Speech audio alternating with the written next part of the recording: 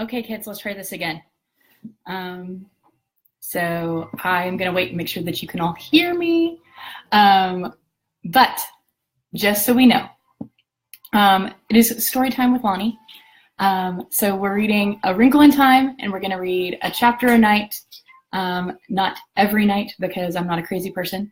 But the goal is to hear you, or is to get this read before March 9th when the movie comes out, because I have met you people and you will not read a book on your own unless you absolutely have to, or unless it's in part to make fun of me a little bit. So, but everybody should read this book. It's delightful, and everybody should read a book before the movie comes out, or before they see a movie based on a book. So read the book. But you don't have to read this one because I'm going to read it for you. And chapter 1, I was going to start this tomorrow, but chapter 1 starts with Meg sitting under a quilt on a really rainy night. And since I am sitting on a really rainy night, I decided there was no better time to start chapter 1 than today. Tonight's reading may also feature Mercutio because he is in a super extra mood because he can't go outside and play. So just be prepared. All right, so chapter 1, A Wrinkle in Time, is called Mrs. Whatsit. It was a dark and stormy night, and in her attic bedroom, Margaret Murray, wrapped in an old patchwork quilt, sat on the foot of her bed and watched the trees tossing in the frenzied lashing of the wind. Behind the trees, clouds scudded frantically across the sky, and every few moments the moon ripped through them, creating wraith-like shadows that raced along the ground. The house shook. Wrapped in her quilt, Meg shook. She wasn't usually afraid of weather. It's not just the weather, she thought. It's the weather on top of everything else. On top of me. On top of Meg Murray doing everything wrong. School was all wrong. She'd been dropped down to the lowest section of her grade.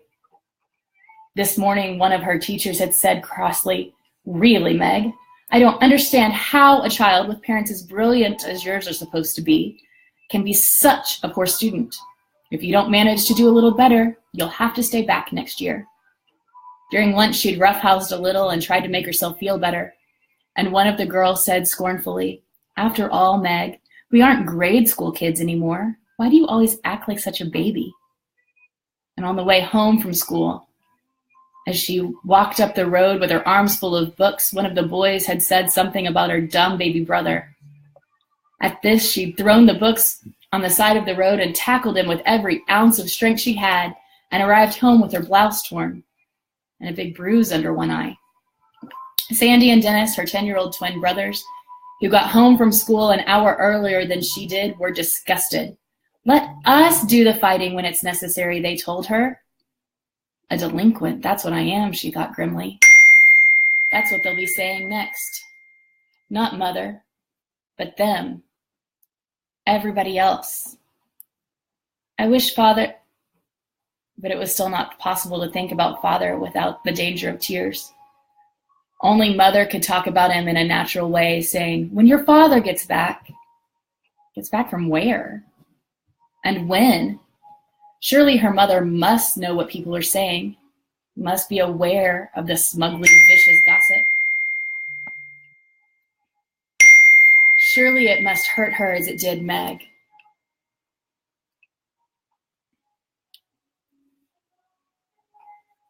But if it did, she gave no outward sign.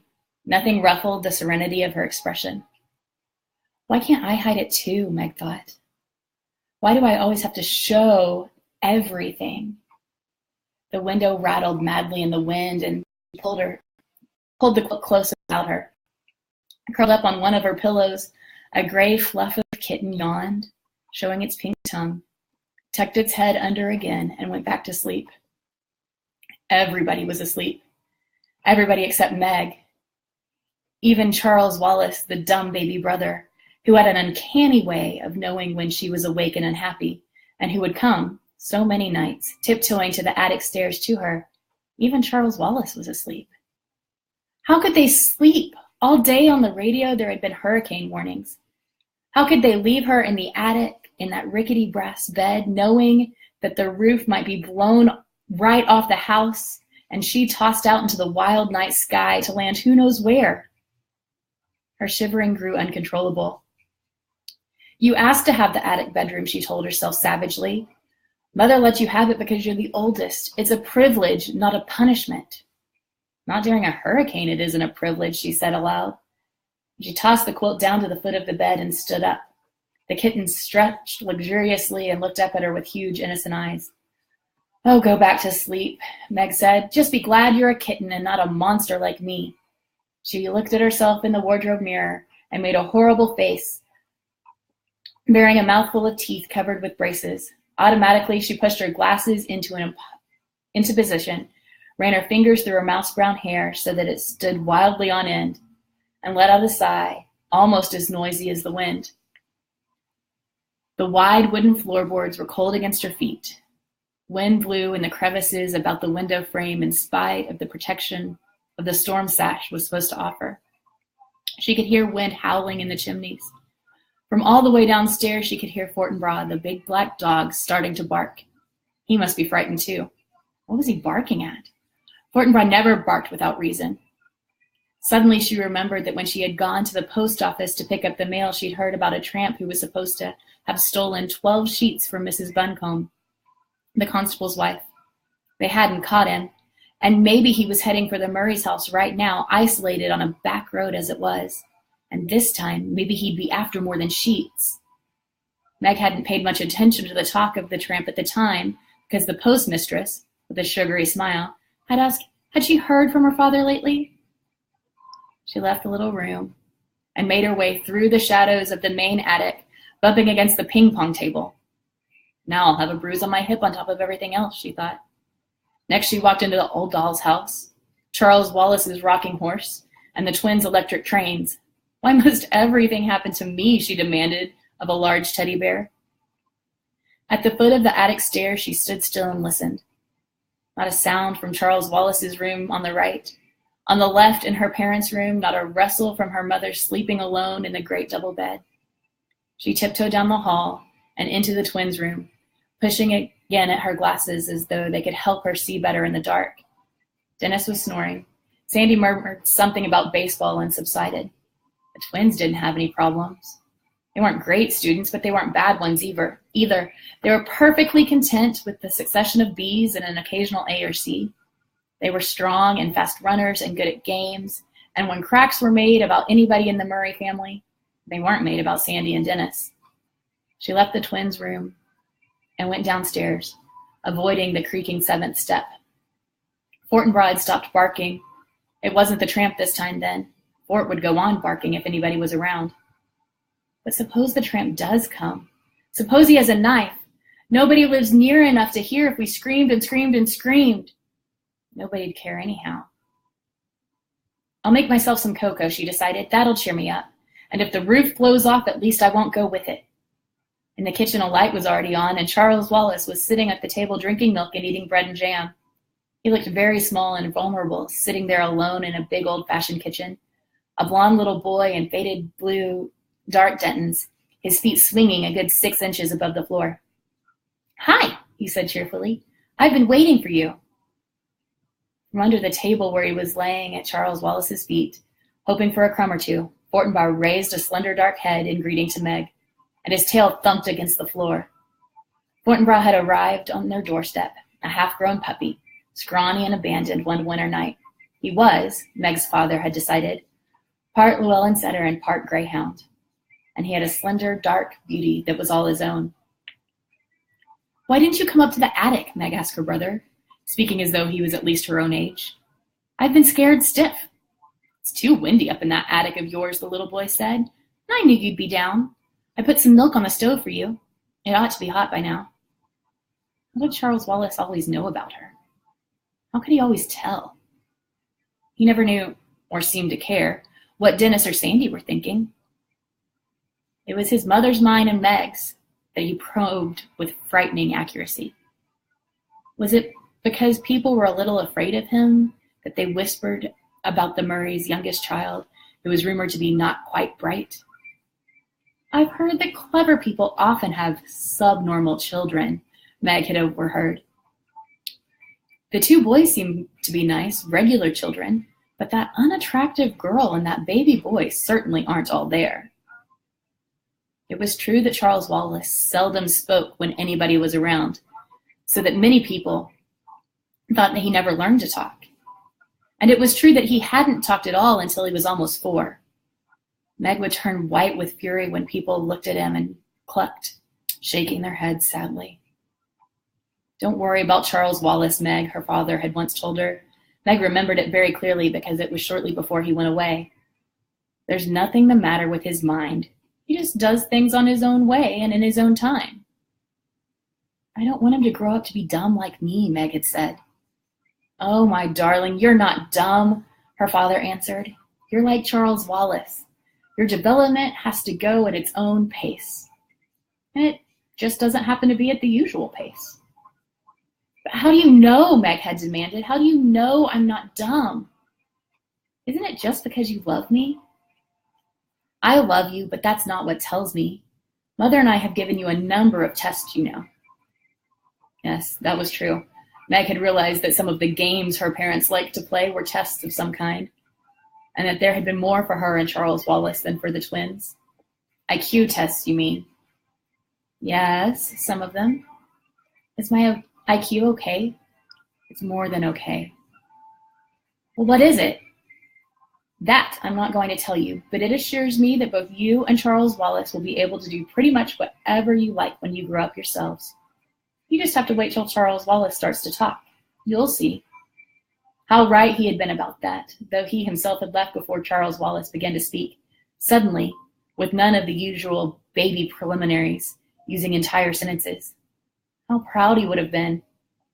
"You'd better check the milk," Charles Wallace said to Meg, now his diction clearer and cleaner than that of most 5-year-olds.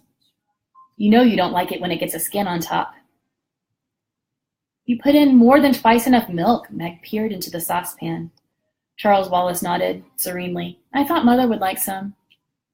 "I might like some what?" A voice said, and there was their mother standing in the doorway. "Cocoa," Charles Wallace said. "Would you like a liverwurst and cream cheese sandwich? I'll be happy to make you one." "That would be lovely," Mrs. Murray said, "but I can make it myself if you're busy." "No trouble at all." Charles Wallace slid from his chair and trotted over to the refrigerator, his pajamaed feet padding softly as a kitten's. "How about you, Meg?" he asked. "Sandwich?" "Yes, please," she said, "but not liverwurst. Do we have any tomatoes?" Charles Wallace peered into the crisper. "One. Is it all right if I use it on Meg, Mother?" "To what better use could it be put?" Mrs. Murray smiled. "But not so loud, please, Charles. That is, unless you want the twins downstairs, too." "Let's be exclusive," Charles Wallace said. "That's my new word for the day. Impressive, isn't it?" "Prodigious," Mrs. Murray said. "Meg, come let me look at that bruise." Meg knelt at her mother's feet. The warmth and light of the kitchen had relaxed her so that her attic fears were gone. The cocoa steamed fragrantly in the saucepan. Geraniums bloomed on the windowsills, and there was a bouquet of tiny yellow chrysanthemums in the center of the table. The curtain, red with blue and green geometrical patterns, were drawn, and it seemed to reflect their cheerfulness throughout the room. The furnace purred like a great sleepy animal. The lights glowed with steady radiance. Outside, alone in the dark, the wind batted against the house. But the angry power that had frightened Meg while she was alone in the attic was subdued by the familiar comfort of the kitchen. Underneath Mrs. Murray's chair, Fortinbras let out a contented sigh. Mrs. Murray gently touched Meg's bruised cheek. Meg looked at her mother, half in loving admiration, half in sullen resentment. It was not an advantage to have a mother who was a scientist and a beauty as well. Mrs. Murray's flaming red hair, creamy skin, and violet eyes with long, dark lashes seemed more spectacular in comparison with Meg's outrageous plainness. Meg's hair had been passable as long as she wore it tidily in braids. When she went to high school, it was cut, and now she and her mother struggled with putting it up, but one side would come out curly and the other side straight, so that she looked even plainer than before. You don't know the meaning of moderation, do you, my darling? Mrs. Murray asked. A happy medium is something I wonder if you'll ever learn. That's a nasty bruise from the Henderson boy gave you. By the way, shortly after you'd gone to bed, his mother called to complain about how badly you'd hurt him. I told her that since he's a year older and at least 25 pounds heavier than you are, I thought I was the one who ought to be doing the complaining. But she seemed to think it was all your fault. I suppose that depends on how you look at it, Meg said. Usually, no matter what happens, people think it's my fault, even if I have nothing to do with it at all. But I'm sorry I tried to fight him. It's just been an awful week, and I'm full of bad feeling. Mrs. Murray stroked Meg's shaggy head. Do you know why? I hate being an oddball, Meg said. It's hard on Sandy and Dennis, too. I don't know if they're really like everybody else or if they're just able to pretend that they are. I try to pretend, but it isn't any help. You're much too straightforward to be able to pretend that you aren't, Mrs. Murray said. I'm sorry, Meglet. Maybe if Father were here, he could help you, but I don't think I can do anything until you've managed to plow through some more time. Then things will be easier for you. But that isn't much help right now, is it? Maybe if I weren't so repulsive looking, maybe if I was pretty like you. Mother's not a bit pretty. She's beautiful, Charles Wallace announced, slicing liverwurst. Therefore, I bet she was awful at your age. All right, you are, Mrs. Murray said. Just give yourself time, Meg. Lettuce on your sandwich, Mother? Charles Wallace asked. No, thanks.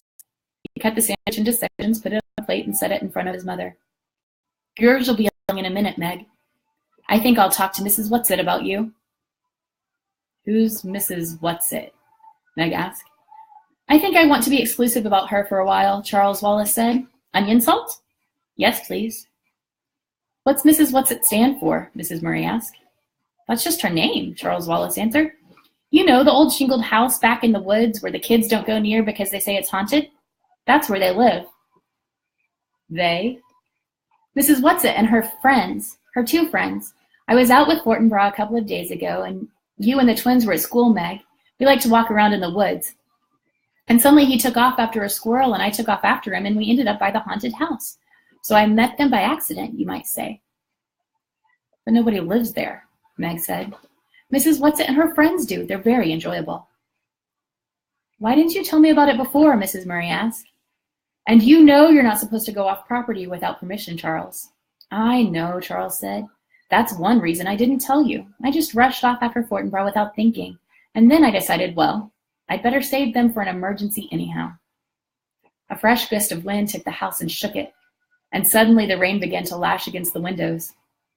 I don't think I like the sound of this wind, Meg said nervously. We'll lose some shingles off the roof, that's certain, Mrs. Murray said. But this house has stood for almost 200 years, and I think it will last a little longer, Meg.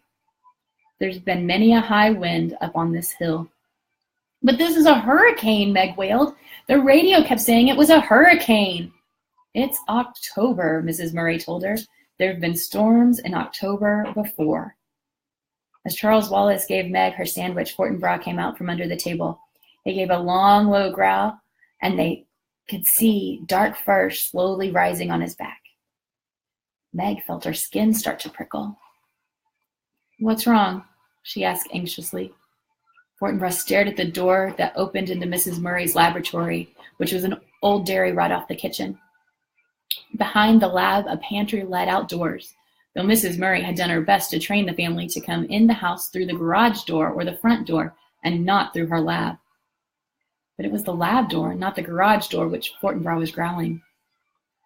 You didn't leave any nasty-smelling chemicals cooking over a Bunsen burner, did you, Mother? Charles Wallace asked. Mrs. Murray stood up. No, but I think I'd better go see what's upsetting Fort anyhow.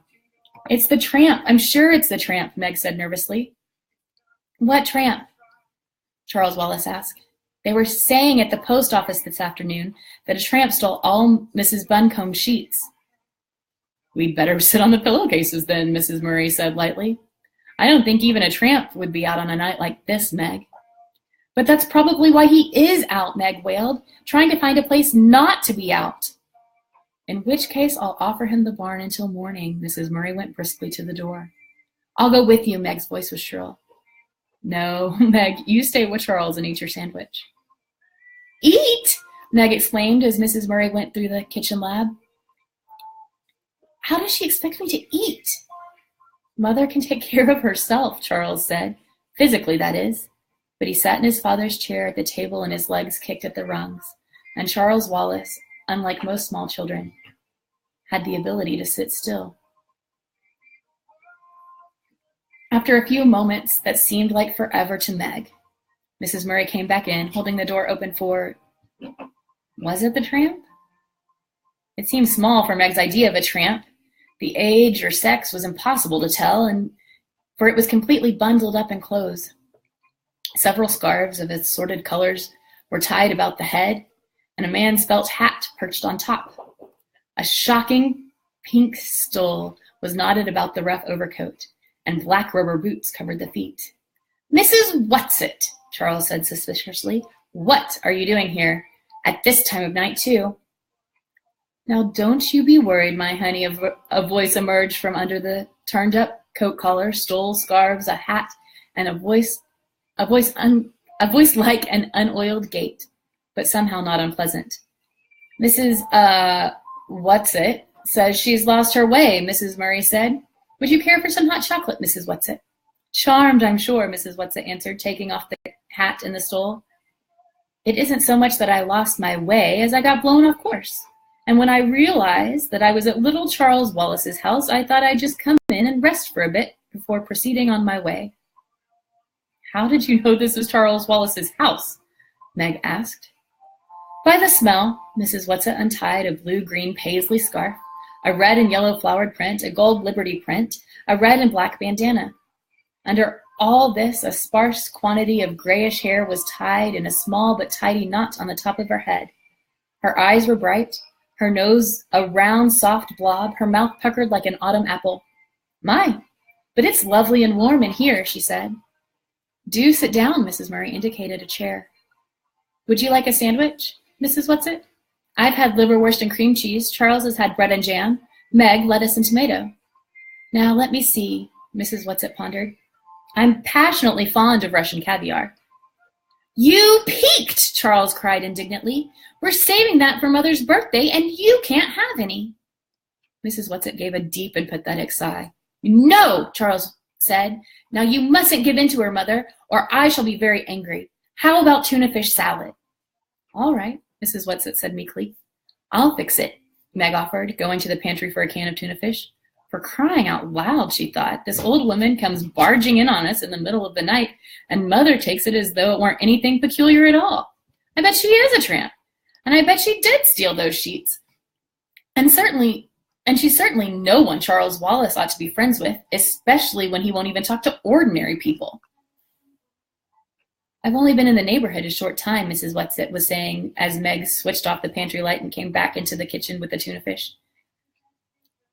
And I didn't think I was going to like the neighbors at all until dear little Charles came over with his dog. Mrs. Whatsit, Charles Wallace demanded severely, why did you take Mrs. Buncombe's sheets? Well, I needed them, Charles dear. You must return them at once.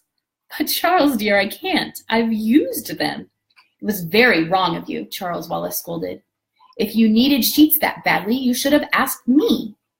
Mrs. Whatsit shook her head and clucked. You can't spare any sheets. Mrs. Buncombe can.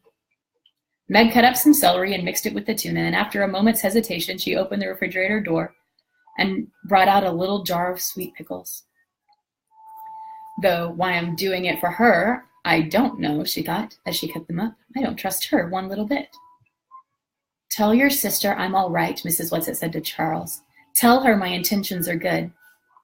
The road to hell is paved with good intentions, Charles intoned. My, but isn't he cunning?